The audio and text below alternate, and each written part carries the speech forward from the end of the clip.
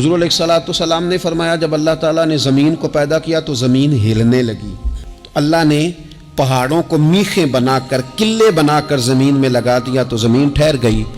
فرشتے فوراً عرض گزار ہوئے کہ مالک تیری سب سے طاقتور مخلوق یہ پہاڑ ہے؟ فرمایا نہیں، لوہا جو ہے نا وہ پہاڑوں سے بھی طاقتور ہے، کیونکہ لوہا پہاڑ کو کاٹ دیتا ہے۔ یا اللہ پھر لوہا سب سے طاقتور ہے؟ فرمایا نہیں، آگ اس سے بھی طاقتور ہے۔ کیا آگ سب سے طاقتور ہے؟ تو فرمایا نہیں، پانی بھی ہے۔ کیا پانی طاقتور ہے؟ فرمایا ہوا بھی ہے، جو پانی کا رخ پھیر دیتی ہے۔ یا رسول اللہ پتھر پہاڑ طاقتور ہے؟ تو فرمایا نہیں، ان پر تو لوہا ہے، لوہا طاقتور ہے، نہیں اس پر تو آگ ہے، آگ طاقتور ہے، نہیں اس پر تو پانی ہے، پانی طاقتور، اس پر تو ہوا ہے۔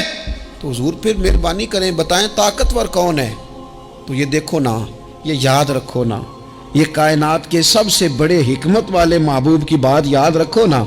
حضور فرمانے لگے سب سے زیادہ طاقتور وہ مومن ہے جو سیدھے ہاتھ سے صدقہ دیتا ہے اور دوسرے کو پتہ بھی نہیں لگنے دیتا۔